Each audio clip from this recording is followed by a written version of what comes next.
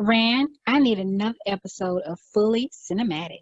Following the phenomenal success of Maverick, it makes sense that audiences would be treated to more big screen stories of middle-aged pilots braving the airways behind the controls of speeding aircraft. Lane was the first to follow the Top Gun sequel's lead, and now a new movie partly set in the wild blue yonder joins the fray. Does it rise to the occasion, or is it unworthy of even in-flight entertainment? Let's find out. Take off your shoes, check your bags, stay seated, and join me for a rundown of On a Wing and a Prayer. And oh yeah, there will be spoilers. The festivities kick off aboard a Cessna in April of 2009 and student pilot slash pharmacist Doug White attempts his first landing after a discovery flight. He finally sticks it, though not without scaring the dog out of his brother Jeffrey. Later at the Monroe, Louisiana 9th Annual Barbecue Cook-Off, we meet his wife Terry and daughters Bailey and problem child Maggie.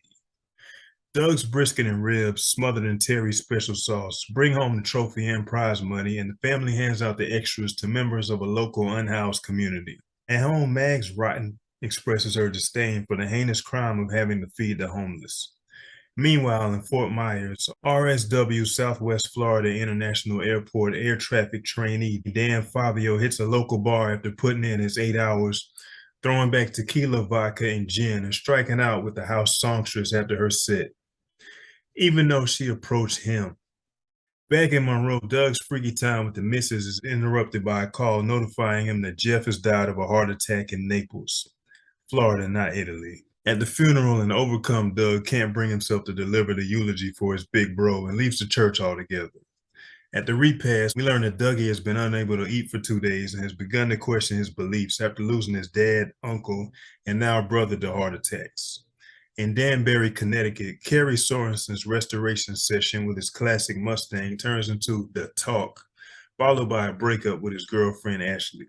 Elsewhere, pint-sized aviation enthusiast Donna Brayley runs a mission on a flight simulator while secretly awaiting her dad's arrival. At Marco Island Executive Airport on Easter Sunday, the Whites prepare to board a private plane for the trip home. Doug accepts pilot Colonel Joe Grice Cabot Jr.'s invitation to join him in the cockpit. At work, Dan's hangover is so obvious that his boss slash friend Ralph worries that he'll blow his shot at a permanent air traffic controller job, which will consequently blow back on him for vouching for his ass. Meanwhile, Doug gets a few takeoff tips and they're off. Unfortunately, Joe suffers a stroke and blacks out during an ascent at 10,000 feet, forcing Doug to get it together. He radios Miami Center Air Traffic Control and gets controller Bill Jones, who has zero pilot experience. Concurrently, the 13-year-old Donna hears Doug's mayday via her online radio as Terry ignores her husband's advice that she stay with the kids and peeks inside the cockpit, discovering their plight, and almost immediately up by moving Joe's corpse, which leans on the yoke, taking them into a dive. While this is going on, Miami alerts Fort Myers to the N559DW situation. Donna, who resents her dad, also wants to be a pilot just like him and calls her best friend Buggy over to listen in on the aerial drama. Miami Tower Supervisor Ellis Ross has controller Lisa Grimm, who has 600 hours of pilot experience, to walk Doug through disengaging the autopilot, which stops his climb at 17,000 feet, preventing them from running out of oxygen. Donna continues to listen in as Buggy arrives on his bike. Lisa's pessimistic ass talks Doug through a descent to 11,000 feet as they prepare a handoff to the Fort Myers Tower. The most experienced ATC are there, with 517 pilot hours. Brian Norton has just driven off after his shift's end and has to be chased down by Ralph, who runs into Brian's pickup when he brakes suddenly. Kerry, a pilot himself and flight instructor with 8,400 hours in the King Air, is contacted by his boy Dan about the situation while he works on the Mustang. He hits the button on him because using a cell phone in the tower constitutes an FAA violation. But his now ex-girlfriend hands the phone over when Dan calls back and convinces Kerry to help. Meanwhile, Bailey goes into anaphylactic shock after eating a snack containing peanuts. And you gotta admit that it is pretty weird that peanuts, of all things, would be made available on a plane. Anyway, both Donna and Doug realize that Lisa lied about the weather being clear. Of course, Joe did mention to Terry earlier that they'd be flying through a blender before the sky is smoothed out. When Buggy wonders how Donna knows so much about aeronautics, she explains that she's been prepping to complete Amelia Earhart and Fred Noonan's infamous trans-global flight someday and invites him to come along. Moving Joe out of the way, Maggie gets stuck in cargo netting reaching for Bailey's EpiPen when Mom re-engages the autopilot. Brian agrees to work with Carrie over Ralph's reticence in order to save the family, as no one who's actually in the tower is experienced with a King Air 200 aircraft. Maggie saves little sis while Carrie and Ashley build a makeshift cockpit in order to orient him better. Doug's going too slow and the plane's in danger of stalling, and he's headed into the storm. Ralph calls for first responders while Carrie advises Brian to get Doug to fly like he's in a single-engine Cessna, as the twin-engine King Air is based on its design. 15 miles from the airport, Doug's going too fast to land, while Buggy suggested they haul ass out of the potential crash zone and immediately and rightly questions Donna's subsequent suggestion that they pedal to the airport. What? Back in the sky, Maggie consoles a hallucinatory Bailey. At 2,200 feet, Carl, via Brian, has Doug lower the landing gear. He makes it to the runway, but Niner Delta Whiskey keeps getting blown off course by crosswinds. Aborting the landing, Doug swings around for another try, but Dan's phone dies, so Ashley looks up Doug's cell number. When the storm hits, the phone rings and Maggie eventually answers, taking it to the cockpit and putting Carrie on speaker with her pops. Carrie confesses that his family went down in a crash similar to Doug's situation, which Ashley was unaware of because he never let her in.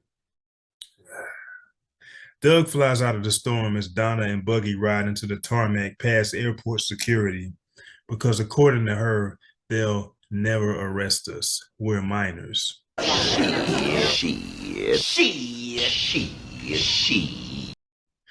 Roller Girl then forms a prayer circle, abandoning the co-pilot seat. Fire rescue heads to the tarmac as Carrie talks Doug through a crosswind landing. Dan runs out to alert fire rescue that they're in the wrong position as Doug finally rediscovers his faith and prays before landing safely. And the crowd goes wild.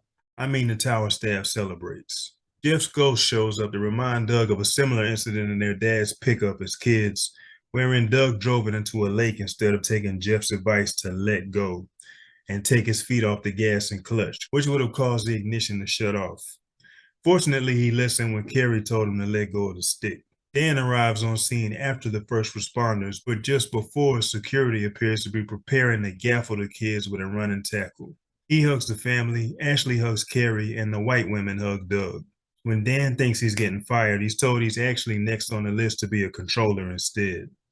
Donna's dad arrives at home, and though she's overjoyed, he's probably going to ground her ass into the next century. Carrie, who was helpless to save his family in a similar situation when their flight exploded off Long Island, finally tells Ashley those three little words, which convinces her to stay. At the bar, Dan watches Linda perform with the house band and closes his tab permanently. After she shoots her shot again, he takes her out for coffee instead of buying booze. Joe, a 30-year Air Force veteran, was interred in Oak Ridge, Louisiana, where Dougie Fresh visits often, between calls from talk show bookers. During the credits, we discovered that none of the actors resemble the real-life people they portrayed in the slightest, and we see video footage of the real Doug finally meeting Carrie in person. We also learn the fates of most of the people involved since that fateful Easter 14 years ago. Faith-based movies tend to be hit or miss, mostly miss, and plagued by terrible acting and shoddy production values. But the recent practice of recruiting actual movie stars as headliners who can justify increased budgets, as well as more ethnically accurate casting choices for biblical stories, such as in the Chosen series, some episodes of which received theatrical releases, has greatly improved the genre's offerings. And On a Wing and a Prayer's hiring of Dennis Quaid, Heather Graham, and Jesse Metcalf in key roles has successfully followed the former's trend. It also helps that Kirk Cameron's nowhere to be found in the film. Doug, Carrie, Dan, and Maggie experience personal breakthroughs. And like any good plane movie, there's no shortage of suspense in this thing. But I have serious doubts about Donna's actual involvement in all this, as her purpose seems to be simply a mouthpiece to provide the audience with sit reps alongside obligatory girl power speeches. Like Tom Cruise before him, Dennis Quaid, whose ex-wife appeared with Cruise in Top Gun, has returned to the cockpit after nearly 36 years following a lead role as a pilot in an 80s film.